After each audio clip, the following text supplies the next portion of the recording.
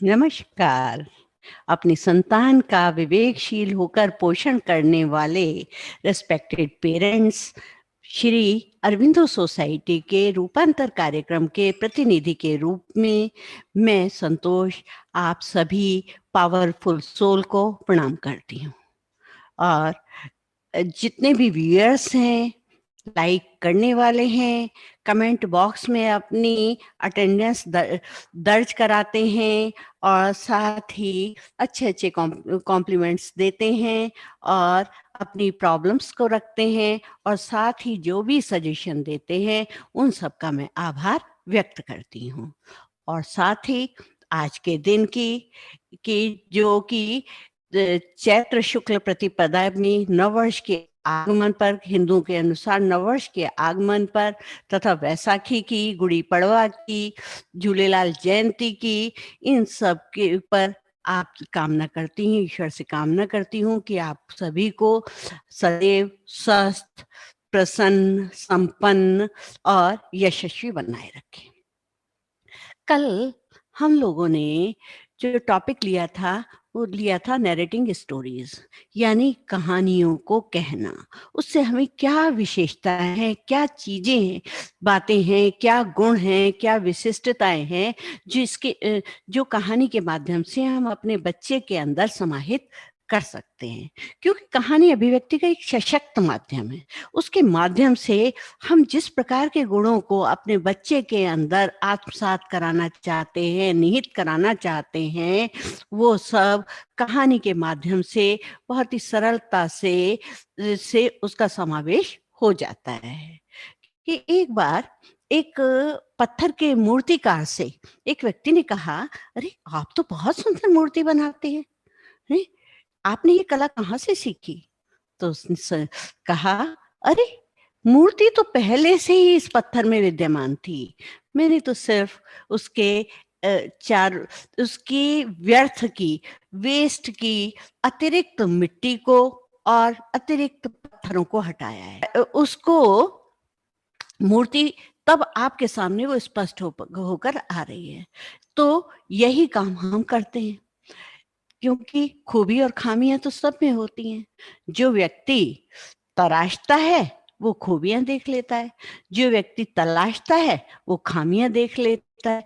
तो हम अपने पेरेंट्स, अपनी संतान के को तराश करके उनके अंदर उसको एक प्रस्फुटित आकार दे पाते हैं। जैसा हमारा तराशना हुआ, वैसे हमारे बच्चे का व्यक्तित्व हो गया।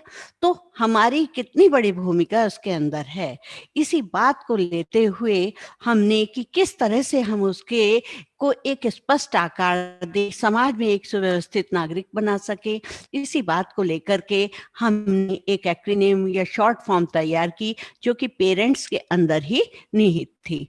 पेरेंट्स मतलब पी, पहले हमने पी बताया, फिर ए बताया, फिर आर बताया, फिर ई बताया, फिर एन बताया। एन यानी कल हमने नैरेटिंग स्टोरीज के बारे में आपसे बात की। पर और क्योंकि पेरेंट आप में ही निहित है पेरेंटिंग की कहानी। आइए सुनते हैं हम, चलिए सुनाते हैं अपनी ही जुबानी। और इसी बात को लेकर के आज हमने जो लेटर लिया, टी। टी मतलब टॉलरेंस। टॉलरेंस मीन्स सहनशीलता। आज की स्थिति यह है, आज इंसान इसलिए भी सबसे ज्यादा परेशान है क्योंकि जो गर्मी रिश्तों के अंदर होनी चाहिए, जो गर्माहट हमारे रिश्तों में होनी चाहिए, वो आजकल हमारे दिमाग में है। हमारे अंदर जरा भी सहनशीलता नहीं है। एक बार बहुत पहले का मुझे एक अकबर का किस्सा याद आ रहा है। अकबर अपने दरबार में बैठे हुए थे और जब दरबार में बैठे हुए थे, क्योंकि राजकाज तो बहुत अच्छा चल ही रहा था, अकबर को सम्राट कह के पुकारा जाता है, महान अकबर, ग्रेट अकबर, ऐसे कर करके उसके को विभूषित किया जाता है।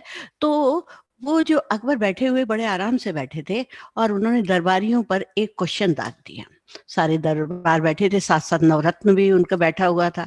तो उन्होंने कहा, सुनो भाई, कि ये इस प्रश्न का उत्तर बताओ कि जो कोई भी बादशाह की मूंछों को कस के पकड़ लेता है, खींचता है, उसको क्या दंड दिया जाए।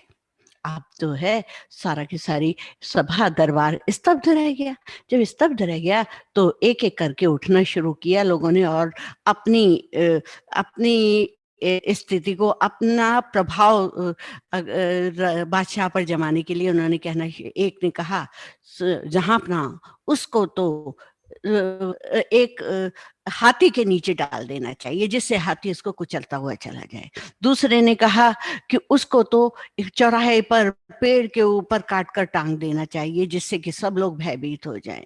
एक ने कहा उसको तो सिर के बाल पकड़ करके नदी के अंदर डुबा देना चाहिए, या पत्थर बांध कर नदी पर डुबा देना चाहिए। किसी ने कहा कि उसको तो किले के ऊपर से पटक देना चाहिए जिससे कि उसका नामो निशान न रहे। अब उस बीच में अकबर ने, मतलब इस तरह से अनगिनत लोगों ने कहा। तो जब इसी बीच में अकबर ने बीरबल की तरफ देखा। बीरबल बड़े बड़े शांत भाव से मंद मंद मुस्कुरा रहे थे। अकबर ने पूछा, हाँ भाई बीरबल, जरा तुम भी तो अपनी राय रखो, तुम्हारा इस विषय में क्या कहना है। बीरबल उठे और बीरबल ने कहा, जहांपनाह उसको कलेजे से लगाकर उसे प्यार कर लेना चाहिए, क्योंकि बादशाह की मूछें पकड़ने का की जरूरत एक प्यारा सा बच्चा ही कर सकता है। तो ये बात आज एक ही स्थिति में स्पष्ट हुई है। माँ बाप चाहे किसी के प्रति कैसे रहें, पर बच्चे के प्रति हमेशा सहनशीलता का व्यवहार रखते हैं, और जो लोग नहीं रखते तो वो वास्तव में माता पिता कहलाने के आधार ही नहीं है। तो ये बात हमें स्पष्ट करती है कि इस जिंदगी में दो ही चीजों को समझ पाना बहुत कठिन है। सबसे पहला माँ की ममता, और दूसरी पिता की क्षमता। पिता के अंदर इतनी क्षमता होती है कि वो अपनी पेरेंटिंग बहुत भली प्रकार से कर सकता है। माँ भी अपनी पेरेंटिंग बहुत भली प्रकार से, क्योंकि वो ममता के माध्यम से कर पाती है, और वो पिता अपने अंदर वो क्षमता पैदा कर लेता है जो क्षमता शायद उसके पास पिता होने से पूर्व थी नहीं। अपने आप ही नेचुरली आपके अंदर वो क्षमता, योग्यता, कुशलता आती चली जाती है कि आप अपनी पेरेंटिंग को बहुत स्ट्रांग बना लेते हैं। तो ये, क्योंकि ये जो प्रकृति है, प्रकृति से ही हम सारी सहनशीलता का गुण प्राप्त कर लेते हैं। तो क्योंकि सहनशीलता सुखी जीवन के लिए आवश्यकता है, तय और एक संतुलित जीवन का आधार है। यदि हम सहनशीलता नहीं रखेंगे तो हमारा जीवन असंतुलित हो जाएगा, उसको हम संभाल ही नहीं सकते। और असंतुलन से क्या है, सब कुछ ही, जहां भी प्रकृति या पृथ्वी भी असंतुलित होती है तो आप देखते हैं कितने बड़े बड़े कांड हो जाते हैं। तो संतुलन, एक परिवार की व्यवस्था को संभालने के लिए एक संतुलन आवश्यक है, और संतुलन कहाँ से प्राप्त होता है, सहनशीलता के माध्यम से। देखिए, एक बड़ा सा, चाहे कितना भी बड़ा स्पीड ब्रेकर हो, उस स्पीड ब्रेकर पर जब हम गाड़ी की स्पीड को धीमी कर लेते हैं तो हमें कोई भी झटका नहीं लगता। हमारी गति धीमी करते ही उसमें झटका नहीं लगता। उसी प्रकार जीवन में कितनी बड़ी बड़ी मुसीबतें आती हैं, कितनी बड़ी बड़ी बातें आती रहती हैं, जब हम शांतिपूर्वक विचार करके उसको क्रियान्वित करते हैं तो हमको भी जीवन में झटके नहीं लगते। तो इसलिए, और ये सारे गुण किसके के कारण है, ये सब जो हमारे अंदर विशेषताएं आई, ये सब हमारे जीवन का, जीवन के व्यवहार में, हमारे व्यवहार में एक गुण आ जाता है जिसको हम कहते हैं सहनशीलता। यानी अब सहनशीलता को अगर आप सोचें तो क्या होता है, सहनशीलता में, शीलता तो माने गुण है ना, सहन करने में दो बातें स्पष्ट होती हैं। सबसे पहला धैर्य, दूसरा है संयम। अब धैर्य में क्या चीज है, धैर्य का मतलब है, जैसे अब आप कोई परेशान है, किसी के सामने एकदम विपत्ति आ जाती है, बच्चा एकदम उसमें मिट्टी में गिर जाता है या कुछ है, चोट लगती है, तो हम कहते हैं धीरे धीरे, बी पेशेंस रख, धैर्य, धीरज रख, कोई बात नहीं, कुछ नहीं हुआ। या कई बार हम हमारे ऊपर कोई अजीब संकट आता है तो हमारे मित्र लोग कहते हैं ना, अरे धीरज रख, सब कुछ ठीक हो जाएगा, चिंता मत करो, चिंता मत करो। यानी कि उस स्थिति को में आप ठहराव की स्थिति, अपने को स्वयं को समझदारी के माध्यम से स्थिर रखना ही या ठहराव रखना ही धैर्य कहलाता है। दूसरी बात आ जाती है संयम। संयम में क्या होता है, जब इसमें धैर्य में हम परिस्थिति के अनुसार, परिस्थिति को, जो प्रतिकूल परिस्थिति है उसमें हम स्वयं को संभालते हैं, तो वही हमारा धैर्य कहलाता है, यानी ठहराव कहलाता है। परंतु संयम में क्या होता है, जब हमारे सामने कोई परिस्थिति आती है तो जब हम उसके प्रति प्रतिक्रिया न करके उस क्रिया को विवेकपूर्ण आचरण के द्वारा क्रिया करते हैं, तो वो क्या कहलाती है, संयम। तो इन दोनों का मिश्रण ही क्या कहलाता है, सहन और शीलता माने गुण। तो सहनशीलता यानी धैर्य संयम से युक्त हुआ जो हमारा आचरण है, जो हमारा गुण है, वो कहलाता है सहनशीलता। कई बार तो क्या होता है कि मनुष्य का मन कमजोर हो जाता है, जब उसके सामने कोई घटना, कोई परिस्थिति आती है तो उसका मन कमजोर होता है, तो परिस्थितियां क्या लेती हैं, एक समस्या का रूप ले लेती हैं। परंतु इसके विपरीत थी, जब हम उस घटना में, उस परिस्थिति में स्वयं को स्थिर रखते हैं तो वो हमारे सामने चुनौती के रूप में खड़ा हो जाता है। और जब चुनौती हम लेते हैं तो हम पावरफुल हो जाते हैं। जब हम पावरफुल हो जाते हैं तो हम अवसर का रूप बन जाते हैं। उस अवसर से एक अवसर लेकर के, एक नया अवसर लेकर के हम तैयार होकर के उसके लिए खड़े हो जाते हैं। तो जब व्यक्ति, और होता क्या है कई बार कि हम कभी कभी घटना के माध्यम से परिवर्तन आता है, शारीरिक भी होता है और मानसिक भी होता है। जब शारीरिक और मानसिक परिवर्तन हो जाता है तो हम उससे प्रभावित हो जाते हैं और उसके प्रति प्रतिक्रिया करते हैं। जब हम प्रतिक्रिया करते हैं तो क्या होता है, उसके विषय में बिना सोचे हम पूरा जीवन उसमें लगा जाते हैं और हमारा पूरा जीवन व्यर्थ होता चला जाता है। तो इसलिए हमें हमेशा उस क्रिया को धारण करके, एक सकारात्मक क्रिया को धारण करते, कृतज्ञता का भाव और करुणा का भाव उसमें समावेशित करते रहना चाहिए, जिससे क्या होगा कि हम बहुत ही शक्तिशाली रूप में एक समाज के सामने उभर कर आते हैं। और एक उसके साथ साथ क्या है कि हमें एक क्षमा का गुण भी अपने अंदर समाहित कर लेना चाहिए, क्योंकि सहनशीलता में क्षमा भी इंक्लूडेड है। जब हम क्षमा करते हैं, आप कितने सारे लोगों को देख लीजिए, बुद्ध को देख लीजिए, महावीर स्वामी को, सब लोगों ने क्षमा के विषय में बहुत कुछ बताया है कि क्षमाशील व्यक्ति बहुत ही निश्चिंत होता है और शक्तिशाली होता है, आंतरिक स्वरूप से भी और शारीरिक रूप से भी। जब आप क्षमा के माध्यम से कार्य करते चले जाते हैं तो आप जीवन में कहीं पर भी पिछड़ नहीं सकते। क्या होता है कि एक बहुत पहले पढ़ा एक सेंटेंस, आपने भी सबने सुना होगा, क्षमा शोभती उस भुजंग को जिसके पास गरल है। यानी जिसके पास कुछ नहीं है वो क्षमा नहीं कर पाता, परंतु जिसके पास सब कुछ है, यानी जिसके पास, जिस भुजंग के पास एक गरल है, गरल विष है तभी वो क्षमा करता है। परंतु जो व्यक्ति के पास, जिसके पास ऐसी असीम अनुकंपा नहीं है, विशाल भंडार नहीं है, वो क्षमा भी नहीं करेगा। यानी जब आप क्षमा करते हैं, इसका तात्पर्य ये होता है कि आप बहुत स्वयं में शक्तिशाली हैं, समर्थ हैं और उसके माध्यम से आप अपने आचरण को, अपने भावी जीवन को भली भांति संभाल रहे हैं। इसके साथ साथ एक मुझे किस्सा याद आता है सरदार पटेल का। ये शायद मैंने अभी कुछ दिन पहले कहीं पढ़ा था, ज्यादा दिन नहीं हुए। तो सरदार पटेल के पास एक बार वो अपने बैठे हुए थे, वो के बैरिस्टर तो थे वो एक बहुत अच्छे, उधर से एक व्यक्ति आया जो कि उनसे बहुत नाराज था, बहुत है, और उसने सबके सामने उनके मुंह पर थूक दिया। उन्होंने सरदार पटेल ने अपना जेब से रुमाल निकाला और उसके पोंछते हुए उन्होंने उससे कहा, अरे वाह, आपने तो अपना पूरा गुस्सा थूक दिया, अब तो आप एक सामान्य प्राणी हो गए। आपने कितना अच्छा किया कि जो आपने अपने गुस्से को थूक दिया। वो व्यक्ति बहुत लज्जित हो गया और सारे लोग उनको देख करके एक विजयी मुस्कान के साथ और उनके प्रति अभिमान की फीलिंग लेते हुए, अभिमान का भाव लेते हुए उनकी तरफ देखने लगे। तो क्या हुआ, इसके विपरीत अगर ये भी हो सकता था कि वो झेंप जाते, परेशान हो जाते और उस व्यक्ति को कुछ भी कहने लगते।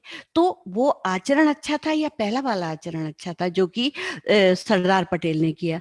तभी तो देखते हैं कि ये जितने भी बड़े-बड़े महापुरुष हुए हैं, उनके अंदर कुछ न कुछ तो ऐसे अलौकिक अद्वितीय गुण थे, जिससे कि वो इतने आगे बढ़ पाए। जब हम इन सारे गुणों का समावेश अपने जीवन में करते हैं, तो ये सारी चीज़ें जो छोटी घृणा, द्वेष, ईर्ष्या, लड़ाई, झगड़ा सब हमें बहुत ही बौनी जान पड़ती हैं। तो जब भी हम सहनशीलता जैसे गुण को अपने में समावेशित करें, तो क्या होगा कि हम स्वयं में बहुत ही एक मजबूत इंसान की तरह से खड़े होते हैं और जो ये कहना चाहिए कि क्रिएटिविटी है, रचनात्मक कार्य को कर पाते हैं। यदि हम इसमें ही उलझे रहते हैं, इन छोटी-छोटी बातों में घृणा, द्वेष, ईर्ष्या, आक्रोश, इनमें जब जुटे रहते हैं, तो हम कभी भी कोई रचनात्मक कार्य नहीं करते, क्योंकि हमारी प्रवृत्ति तो संघारात्मक होती चली गई है। तो इसी तरह से ये कहा जाता है, बिल्कुल सही, कि दूसरों को इतनी जल्दी माफ़ कर दो, जितनी जल्दी आप गलती करने पर ऊपर वाले से माफ़ी की उम्मीद रखते हैं। यानी उसको कहने की भी स्थिति ना हो, उससे पहले ही आप अपने अंदर से उस व्यक्ति को माफ़ कर दो। आप ऐसा करते हैं क्योंकि आपके अंदर टॉलरेंट एबिलिटी है, आपके अंदर वो योग्यता है और वो योग्यता आपके पास कैसे आई? आपके माता-पिता के माध्यम से। आप उन सब बातों को याद करते हैं कि देखो मेरे से इतनी बड़ी-बड़ी गलतियाँ हो गई, तब भी मेरे पिताजी ने मुझे माफ़ किया, मेरी मम्मी ने मुझे माफ़ कर दिया। तो क्या है कि जब हम खुद उस रिश्ते में आते हैं, जब हम पति बनते हैं, तो हम अपनी पत्नी को समझ पाते हैं या अपनी स्थिति को समझ पाते हैं। जब हम पिता बनते हैं, तब अपने पिता को समझ पाते हैं। जब हम माँ बनते हैं, तो अपनी माँ को समझ पाते हैं। तभी तो कहते हैं समाज को व्यवस्थित रखने के लिए हर रिश्ते में आना ज़रूरी है। जब आप दादी बनते हैं, तो दादी की स्थिति समझ पाते हैं, नानी बनते हैं, नानी की स्थिति समझ पाते हैं। जब पत्नी बनते हैं, पति बनते हैं, जिस भी भाई बनते हैं, बहन बनते हैं, तो इन सारे रिश्तों में जब हम जुड़ते चले जाते हैं, तभी हम उस रिश्ते की अहमियत को समझ पाते हैं। जब बेटा स्वयं पिता बनता है, तभी वो अपने पिता की अहमियत को समझ पाता है। क्योंकि कहते हैं ना कि बेटे को देख पिता को समझ पाया हूँ, पिता बन के बेटा भी बन पाया हूँ, बेटे को देख पिता को समझ पाया हूँ। जिस तरह आज पिता मैं तड़प जाता हूँ, आज मैं पिताजी ने अपने सपनों से सजाया होगा, मैं जान पाया हूँ मैं। तो यही इसके माध्यम से ही हम अपने माता-पिता को समझ पाते हैं। यही बात एक माता के लिए भी लागू होती है कि एक बेटी भी अपनी माता को उसी भांति समझ पाती है। जब उसके पास एक नन्ही सी संतान उसके सामने आती है, तब उसको पता लगता है मेरी माँ ने मेरे को किस तरह से रातों को जाग कर मुझको सुलाया होगा, मेरी आवश्यकताओं का ध्यान रखा होगा, तभी तो आज मैं इतनी सक्षम हो पाई हूँ, विकसित हो पाई हूँ, सक्षम हो पाई हूँ कि आज मैं अपनी संतान को जन्म दे रही हूँ। तो इसी माध्यम से कहते हैं ना, क्योंकि उनके अंदर भी सहनशीलता का गुण होगा। एक सेंटेंस आता है, तनावर दरख्तों को, जो व्यक्ति तना हुआ रहता है, बहुत आक्रोश में रहता है, और कहता है जी मैं किसी से नहीं डरता, मैं तो ये, तो तनावर जो तना हुआ रहता है, तनावर दरख्तों को आंधी गिराए, तनावर दरख्तों को आंधी गिराए, मगर दूब झुक झुक के सब झेल जाए। जो दूब की घास होती है, वो जैसे ही आंधी आती है एकदम झुकती चली जाती है। सहनशीलता का उसके अंदर गुण होता है। पर खड़े हुए जो बड़े बड़े ऊंचे पेड़ होते हैं, तन करके खड़े होते हैं, वो क्या करते हैं कि उनको आंधियां धड़ाम धड़ाम गिराती चली जाती हैं। जब हमारे अंदर सहनशीलता का गुण होता है, तो हम हर प्रकार की परिस्थितियों को, कठिन परिस्थितियों को भली प्रकार से संभालते चले जाते हैं। तो आप क्योंकि एक माता-पिता हैं, इसलिए आपके अंदर ये गुण होगा, क्योंकि प्रकृति स्वयं में आपको ऐसा सहनशील बनाती चली जाती है। कई बार हम क्या करते हैं कि ये भी एक सहनशीलता का उदाहरण है कि हम अपने बच्चों की तुलना ना करें, क्योंकि कई बार ऐसा होता है कि दूसरे के बच्चों को देखते हैं तो लगता है हमारे बच्चे में तो ये गुण है नहीं, परंतु दूसरे के बच्चे में ये सारी क्वालिटी है। अब उस समय हमें क्या करना चाहिए? उस समय हमें क्या करना चाहिए कि उस बच्चे की तरफ ना देख करके केवल हमें अपने बच्चे को देखना चाहिए, क्योंकि उसके प्रति हमें सहनशील होना चाहिए।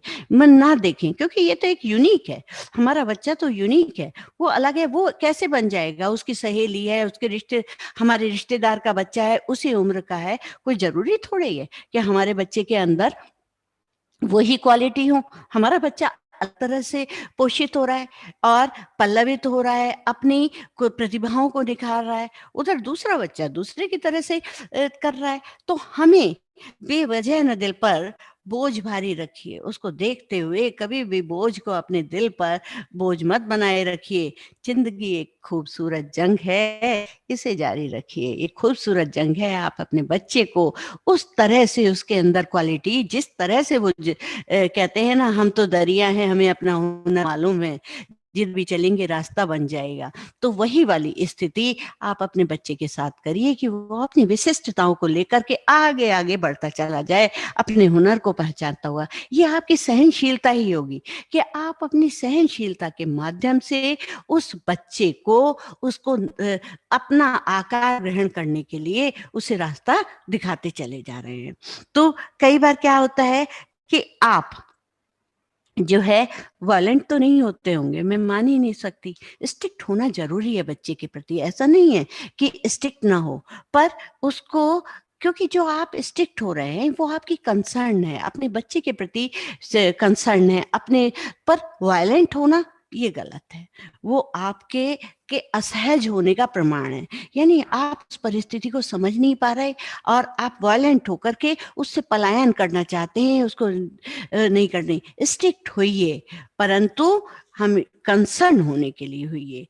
ऐसा मत करिए कि कहीं ऐसा हो कि बच्चा जो है आपके वायलेंट होने से आपसे ही दूर भागता चला जाए। आप असहज हो गए, ना तो आप अपने घर को सँभाल पाए, ना अपने बच्चे को, और यहाँ तक है आपका जो अपना परिवार है, वो एकदम टूटता-बिखरता चला जा रहा है। इसीलिए कभी भी बच्चे के प्रति जब आप क्रोधित हों, नेगेटिव लेवलिंग भी मत करिए, जो कि मैं पहले भी आपको पूरा इसके लिए सेशन ले आई हूँ कि नेगेटिव लेबलिंग लगाने से भी बच्चा उपेक्षित होता चला जाता है और उपेक्षितों से आपसे दूर चलता चला जाता है। तो उसके जीवन को संभालने के लिए आप एक सहनशीलता का गुण अपने अंदर विद्यमान रखिए। आजकल क्या होता जा रहा है, एक प्रिंसिपल से मेरी बात हुई थी, तो कहते जी हम तो बहुत परेशान हो गए, बहुत ही ज़्यादा परेशानी में हैं। तो मैंने पूछा क्यों? उसने कहा जी आजकल तो विद्यालय में बच्चे क्या हैं, जैसे ही थोड़े से बड़े होते हैं लड़ाई झगड़ा करने लगते हैं, और यहाँ तक मैं कहाँ तक बताऊँ, उनके पास से मेरे पास मोबाइल मिलना तो बहुत ही इजी बात है, मिलते ही हैं, परंतु साथ साथ पिस्टल तक भी मिल जाती हैं जी। और कंप्यूटर लैब में कई बार ये पोर्नोग्राफी करते हुए मिल जाएंगे, उसको देखते हुए चलते जाएंगे। अब मैं इस बात को सोचती रही, आखिर ऐसा क्यों हुआ? फिर मेरे को समझ में आया कि ये कारण घर के परिवेश का आचरण है। घर में जो परिवेश उनको दिया जा रहा है, आचरण है, पति पत्नी आपस में एक दूसरे के प्रति सहनशील नहीं है, आक्रोश में रहते हैं, डूबे रहते हैं, तो वो बच्चों पर ध्यान नहीं दे पाए। अगर बच्चे, घर का परिवार सहनशीलता से परिपूर्ण है, प्रेम से परिपूर्ण है, एक दूसरे के प्रति आदर की भावना है, एक दूसरे की खूबियों को जानने की क्षमता है, तो बताइए क्या कभी ऐसा हो सकता है? आपका व्यवहार दूसरों के सामने अलग है, आपके सामने अलग है, तो बच्चा कैसे नहीं सीखेगा? जब तो वो स्वयं सहनशील आपके प्रति नहीं हो पाता, और तभी वो एक आक्रोश में लिप्त होता है, और वो सारी चीज़ें, क्योंकि टीनेजर तो है ही वो, टीनेजर के साथ को तो ज्वार-भाटे की उम्र कहा ही जाता है, तो वो एक गलत रास्ते पर जा करके उन सारी गतिविधियों को कर रहा है जो एक व्यक्तित्व के लिए बहुत ही नुकसानदेह है, हानिकारक है। तो इसलिए हमें एक बार मैं एक बच्चों की बस के पास खड़े हुए थे। बच्चे तब तक बस नहीं आई हुई थी, बच्चों की बस के इंतज़ार के लिए खड़ी हुई थी। तो उसमें 2 बच्चे आपस में बातें कर रहे थे। 2 बच्चे जब आपस में बातें कर रहे थे, तो मुझे, क्योंकि खाली खड़ी हुई थी, तो मैं सुनने लगी। एक बच्चे ने कहा, "अबे यार! मेरी तो क्या बताऊँ।" उसने कहा, "तू कैसे रुआँसा सा हो रहा है? कैसा हो रहा है तू?" तो उसने कहा, "अरे! मेरी मम्मी ने मुझे तो बहुत मारा है आज। सुबह ही सुबह बहुत मारा है।" तो उसने कहा, "क्यों?" तो कहने लगा, "अरे! मेरी मम्मी को तो आदत ही बन गई है। हर समय मेरे को ऊपर झुँझलाती रहती हैं, डाँटती रहती हैं, पीटती रहती हैं, हैं? अब मैं तो बहुत ही परेशान हो गया, मेरा तो जी नहीं करता घर में रहने का।" तो उसने कहा, "अरे! तू तो ये बात कह रहा है? तू मुझे देख ना, मैं तो बहुत ढीठ हो गया हूँ, मेरे पे फ़र्क नहीं पड़ता, क्योंकि मेरी मम्मी को भी पीटने की आदत है और मेरे पिताजी को भी पीटने की आदत है। पिताजी का तो मैं ये सोचती हूँ कि ना पीटे तो वो पिताजी ही नहीं कहलाते, मेरे पापा ही नहीं कहलाते, पापा का मतलब ही है कि मेरी पिटाई।" तो वो कहने लगे, तो मैं सोचती रही कि वाक़ई बच्चे किस तरह की बातें करते हैं, हम बच्चों के अंदर किस-किस तरह की फीलिंग्स को भर देते हैं। हमें ध्यान ही नहीं रहता कि हमारा आचरण क्या जा रहा है, हम क्या कर रहे हैं? हम कभी विवेकपूर्ण ढंग से उस बातों को सोच पाए? नहीं सोच पाते। जब हम विवेकपूर्ण ढंग से उन बातों को नहीं सोच पा रहे, तो हमने जो भी हमारे अंदर से जो गंदगी बन रही थी, वो हम उनके सामने आउटबर्स्ट हो रहे हैं, बिल्कुल सबके सामने बोले चले जा रहे हैं। ये नहीं सोच रहे कि सामने वाले पर उसका क्या प्रभाव पड़ेगा। हाँ, मैं मानती हूँ, कई बार ऐसा होता है मेरे साथ कि बहुत प्यार से कोई ग्लास का सेट लेकर आई या कप सेट लेकर आई, बच्चे से एकदम टूट गया। तो आपने क्या करा, तो एकदम चीखी, "अरे! तो एक सेट टूट गया, अब कोई आएगा तो मैं क्या रखूँगी, कितना गंदा लगेगा।" क्या बोले, और अब आप एक ध्यान से सोचिए, क्या आपके इस तरह से झुँझलाने से, कहने से, उस बच्चे को पीटने से क्या वो चीज़ जुड़ जाएगी? तो नहीं जुड़ सकती। तो क्या है, आप उसको च चुपचाप उसको जो है चुप रहिए और मुस्कुरा से कर कहिए, "देखो इस बार टूट गया, आगे से आपसे कोई भी चीज़ नहीं टूट सकती, क्योंकि मुझे पक्का पता है आप अब की बार सावधानी से काम करेंगे।" तो ये क्या था? आपकी एक माँ की सहनशीलता का उदाहरण था। अगर आप उसे, तो कई बार हम इस तरह की बातें करके बहुत बच्चे को बहुत कुछ सिखा देते हैं। बहुत कुछ अपने वातावरण को व्यवस्थित बना लेते हैं। ऐसे पिता के, मैंने कई पिताओं को देखा है कि सहनशील होकर के कार्य करते चले जाते हैं। कोई भी बच्चे जो हैं, छोटे-छोटे बच्चे उनके पेट पर कूद रहे हैं, हैं? उनके पेट पर बैठकर स्कूटर चला रहे हैं और स्कूटर चला रहे हैं या फिर पिलो फाइटिंग कर रहे हैं, और पापा भी उसमें खुश हो रहे हैं और बच्चा भी खुश हो रहा है। तो ये भी तो एक तरह की सहनशीलता ही है। जब आप बच्चे के साथ वर्तमान में जुड़ जाते हो, सहनशीलता के, नहीं तो उसमें आक्रोश भी हो सकता है कि अरे! तू मेरे पेट पर क्यों कूद रहा है? मुझे काम करने दे, मुझे ये करने दे, हैं? और या फिर पिलो, अरे! सारे के सारे तकिए खराब हो जाएँगे, पिलो जो है उसका तो ढेर बना दिया, वो भी आप कह सकते थे, परंतु नहीं, आपने उसके साथ वर्तमान का आनंद लिया और सोचा चीज़ें तो फिर भी बनती चली जाएँगी, पर बच्चा अगर टूट गया तो वो नहीं जुड़ पाएगा। तो ये सोच करके आपने सहनशीलता करके, एक विवेकपूर्ण आचरण करके कि आपने उस बच्चे को के बचपन को व्यवस्थित कर दिया, और वो बड़ा होकर के तो देखिए क्या ऐसे क्या बन जाएगा। इसी तरह से कई बार आप बैठे हुए बच्चे को सिखा रहे होते हैं। मान लीजिए एक गणित के सवाल ही आप करा रहे हैं। अब बच्चे को आप समझा रहे हैं, हमसे भी हुआ है, हम भी अपना बचपन याद करते हैं कि एक बार में चीज़ नहीं समझ में आती, दूसरी बार में नहीं आती, तीसरी बार में नहीं आती, चौथी बार में भी नहीं आती, तो क्या करा? अगर आपके अंदर सहनशील हैं, अगर आप सहनशील नहीं हैं, तो क्या करेंगे? 2-3 थप्पड़ मारेंगे, इससे तो बेवकूफ़ है, ये तो गोबर है, बिल्कुल इसके दिमाग में कुछ नहीं घुसता, मैं नहीं पढ़ा सकता, भाग यहाँ से, तू तो मेरी औलाद कहने लायक नहीं है। परंतु दूसरी तरफ आपने क्या किया कि नहीं आया, आप बिल्कुल टेंस नहीं हुए और कहा, "बेटा जा थोड़ी देर जो तेरा मनपसंद खेल है, उसे खेल ले।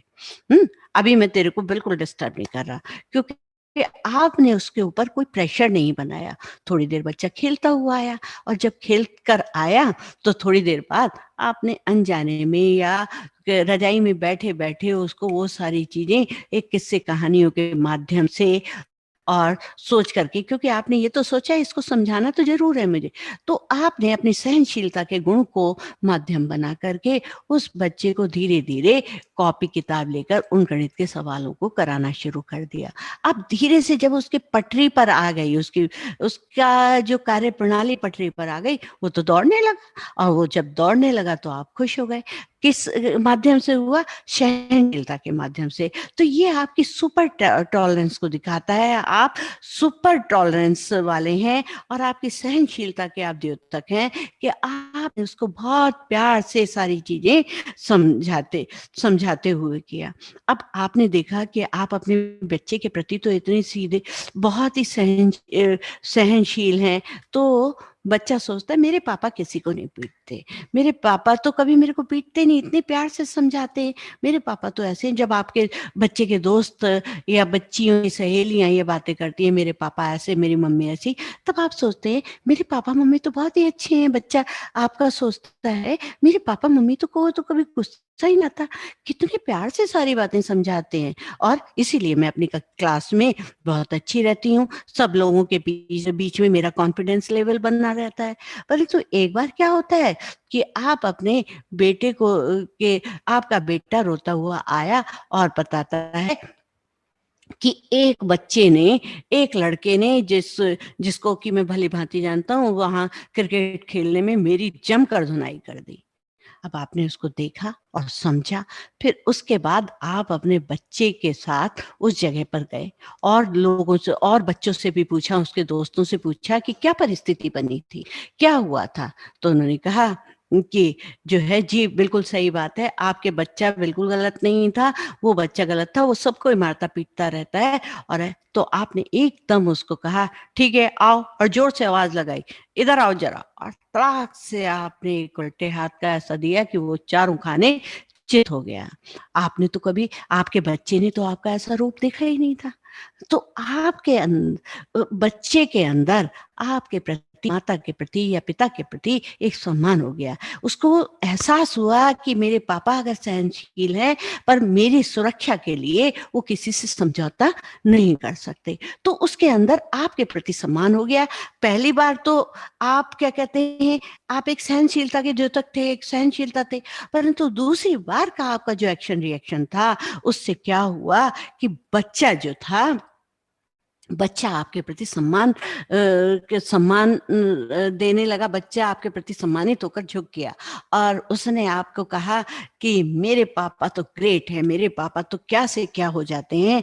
और इसके विपरीत क्या होता है कि जो है, जो माता-पिता अपने बच्चों को दूसरे के सामने ही डाँटते हैं, पीटते हैं, कहते हैं, तो उनकी सेल्फ एस्टीम जो है वो हर्ट होती है, और वो फिर माता-पिता की इज़्ज़त भी नहीं करते।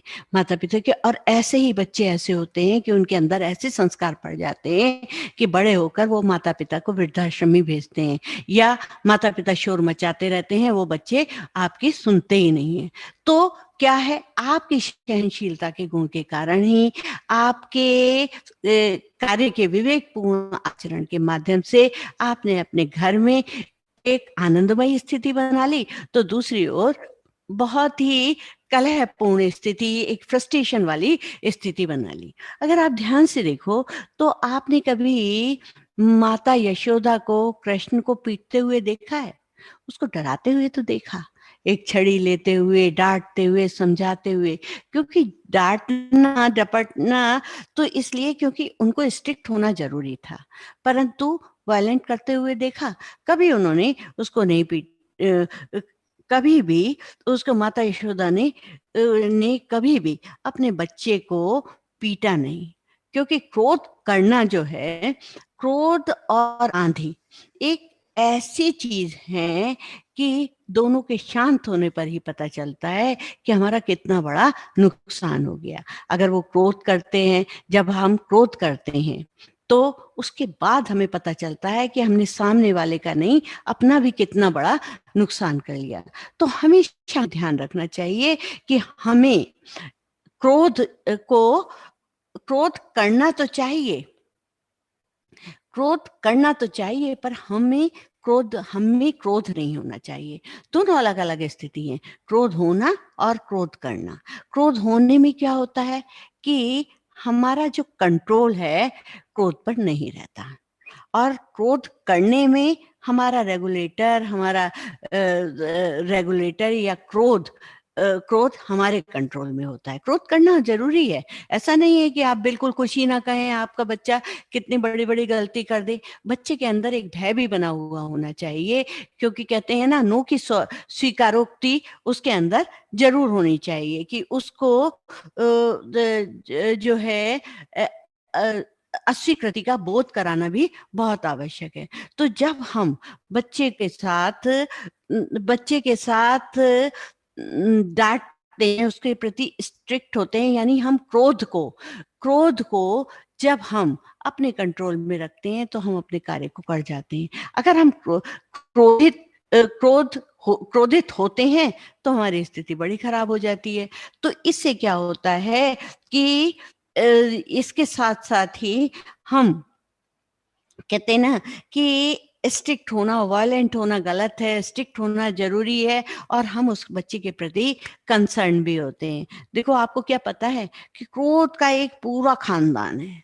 तो क्योंकि क्रोध की एक लाडली बहन है जिसका नाम है जिद, और क्रोध की एक पत्नी है जिसका नाम है हिंसा, क्रोध का एक बड़ा भाई है जिसका नाम है अहंकार, और क्रोध का एक बाप है जिससे कि वो डरता है, उसका नाम है भय, और क्रोध की एक बिटिया है जिसका नाम है निंदा और चुगली, और क्रोध का एक बेटा है जिसका नाम है बैर, और इस क्रोध खानदान की एक बहुत ही नकचड़ी सी बहू है जिसका नाम है ईर्ष्या, और क्रोध की एक पोती है जिसका नाम है घृणा, और क्रोध की एक माँ है जिसका नाम है उपेक्षा, क्रोध के दादा हैं द्वेष। और जब हम इस खानदान से दूर रहते हैं तभी हम खुश रह सकते हैं। इसलिए क्रोध मत करिए, क्रोधित मत होइए, क्रोध करिए, पर अपना कंट्रोल, अपना रिमोट, अपना रेगुलेटर अपने हाथ में रखिए। यानी आपको कब आवश्यकता है क्रोध दिखाने की, कहते हैं ना, क्रोध दिखाओ, गुस्सा दिखाओ, पर गुस्सा हो मत। तो क्योंकि आप ऑफिसेज वगैरह में देखते होंगे कि जो बॉस है आपको बहुत बुरी तरह से किसी के सामने डांट रहे होते हैं, किसी चपरासी को डांट रहे होते हैं, परंतु आपसे जब बात करते हैं तो बहुत ढंग से अपनी बात को समझा देते हैं। तो उसमें क्या हुआ कि वो क्रोध के वशीभूत नहीं थे, बल्कि क्रोध को कर रहे थे। उन्हें आवश्यकता थी उस समय उसके साथ, जैसे टिट फॉर टैट होता है, जैसा व्यक्ति जैसा होता है उसके सामने वैसा ही व्यवहार करना पड़ता है। तो आप क्रोध के वशीभूत मत होइए, बल्कि क्रोध को अपने कंट्रोल में रखिए, तभी आप अपने साथ अपने कार्यों को भले प्रकार से कर पाएंगे। देखो, हमेशा एक ध्यान रखिए कि जब हम गुस्से में आकर के बच्चों से कहते हैं, अरे तू तो मेरा डिपेंडेंट है, तुझे तो इधर आ, तू मेरी बात कैसे नहीं सुनेगा, तुझे तो ये करना पड़ेगा, यानी आप सहनशील बिल्कुल नहीं है, आपके अंदर किसी को सहन करने की क्षमता ही नहीं है। तो क्या होता है कि बच्चा आपसे दूर भागता है और कुछ सोचता है, आगे चल के बताऊंगा इन्हें मैं, अभी क्या बताना है कि मेरा भी तो समय आएगा, अभी तो मैं वास्तव में इन पे डिपेंडेंट है, मुझे इनकी सारी बातें सुनी पड़ेंगी।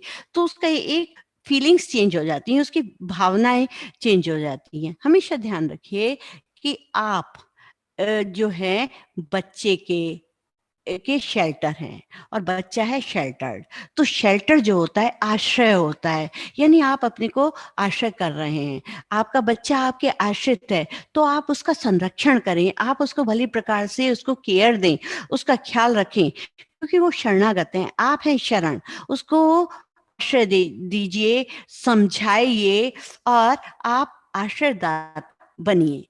तो जब हम उसके साथ वैसा व्यवहार करते हैं तो कभी नहीं, देखिए, आप you should not, you can't shout your children, क्योंकि वो शरणागत है, वो तो छोटा है, अबोध है, बच्चा है, और आप क्या हैं, उसको शरण देने वाले हैं, आप शेल्टर हैं, आप उसको आश्रय, आप उसके आश्रय हैं। यदि आपने उसके साथ इस तरह की विपरीत भावनाएं कर दी तो वो तो व्यर्थ हो जाएगा, आपकी जो पेरेंटिंग है वो तो बिल्कुल खराब हो जाएगी। ये मैं बार बार आप लोगों को कहती हूँ कि अगर बच्चा बैक आंसरिंग करता है तो सबसे बड़ा एक उसका उपाय है कि आप उस समय उसके पास से हट जाएं, और बाद में उसको जब वो शांत स्थिति हो जाए, तो जैसे भोजन के बाद एक स्वीट दी जाती है, भोजन के बाद आपको मीठा खाने का इच्छुक होता है, तब आप बच्चे को शांत भाव से समझाएं। ये हुआ आपका सहनशीलता का गुण। जब आप उसको शांति से समझाते हैं, बेटा आपका ये व्यवहार हमें बिल्कुल अच्छा नहीं लगा था, हम उस समय कुछ नहीं बोले, पर ये व्यवहार इस घर में नहीं चलेगा, तो आपने एक विवेकपूर्ण आचरण किया, क्योंकि मौन से आपने उसको बहुत अच्छी तरह उस परिस्थिति में सारी बातें सिखा दी।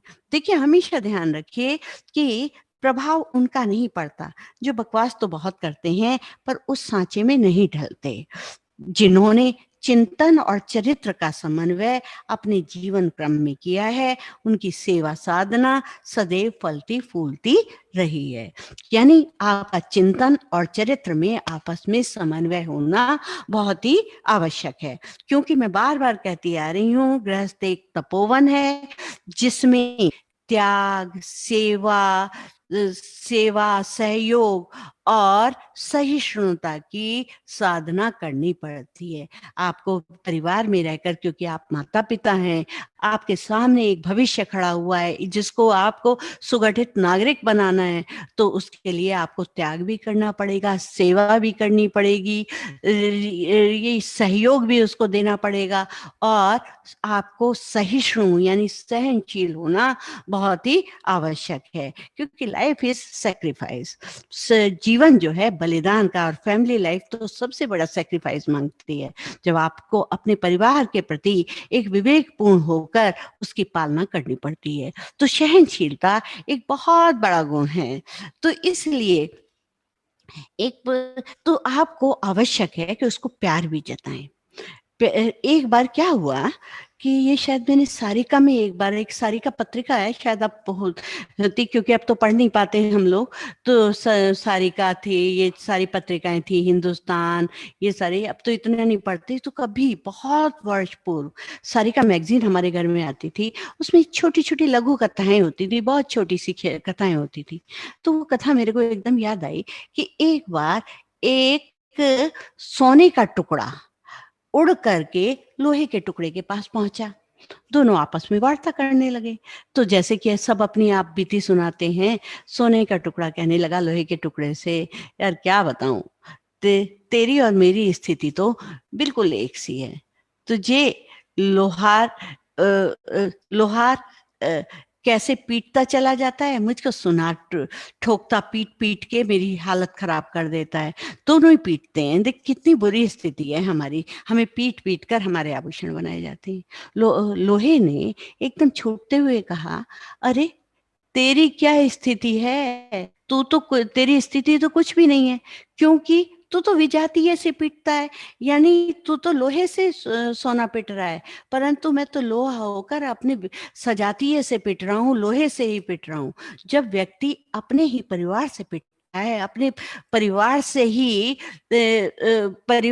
ही पीड़ित होता है, तो उसकी स्थिति ज्यादा दयनीय होती है। बाहर वालों से सब कोई लड़ सकते हैं, पर अपनों से जब लड़ाई होती है, अपनों के सामने जब आदमी असहिष्णु होता है, तो वो बहुत ही खतरनाक होता है। तो इसलिए हमेशा हम अपने बच्चे को प्यार बनाए रखें, उसमें उसको धैर्य बनाए रखें, और क्योंकि जब परिवार के साथ धैर्य का वातावरण होता है तो वो प्यार कहलाता है। जब हम परिवार के साथ धैर्य का आचरण करते हैं तो वो प्यार कहलाता है, और जब औरों के साथ हम धैर्य का आचरण करते हैं, धैर्य का व्यवहार करते हैं, तो वो सम्मान कहलाता है, उनका सम्मान कहलाता है। और जब हम स्वयं के साथ धैर्य का व्यवहार करते हैं तो वो कहलाता है आत्मसम्मान। और जब यही धैर्य भगवान के साथ हम दिखाते हैं तो कहलाता है आस्था। और उस आस्था के माध्यम से ही हम अपनी को सुव्यवस्थित बना सकते हैं। और कई बार मैं कहती हूँ प्यार तो जताइए, बिल्कुल सही है, पर कभी भी ओवर प्रोटेक्ट ना बने। कभी भी अपने बच्चों के प्रति इतने ओवर प्रोटेक्शन, कई माता पिता जो है इतना लाड़ लगाते हैं, इतना उसको प्यार दिखाते रहते हैं, तो उसमें भी बड़ी अजीब स्थिति हो जाती है। तो क्या है, जब आप ज्यादा ज्यादा बच्चे को ओवर प्रोटेक्ट करते हैं, उसको प्रोटेक्ट करने से बच्चे क्या है, आपकी अहमियत ही नहीं समझते, ना जानते कि जो है हमें भी इसके प्रति कोई भाव देना चाहिए, उसके प्रति हमारा भी कोई भाव होना चाहिए। तो आपको कुछ समझते नहीं। और भविष्य में जब वो असफल होते हैं, क्योंकि आप तो उसका ध्यान नहीं दे सकते, हर समय थोड़ी आप उसकी उंगली पकड़े रहेंगे, एक समय तो आपको उंगली छोड़नी पड़ेगी। कभी तो बच्चा घोंसला छोड़कर बाहर जाएगा ही। तो जब वो असफल होते हैं, भविष्य में जब असफल होते हैं, तो वो टूट जाते हैं। और जब टूट जाते हैं तो क्या होता है, उनके अंदर झुंझलाहट आती है, वो और डिप्रेशन में चले जाते हैं। इसलिए हमेशा ध्यान रखिए, सोना तप करके ही निखरता है। आप उस बच्चे को खूब तपाइए, उसको समझाइए।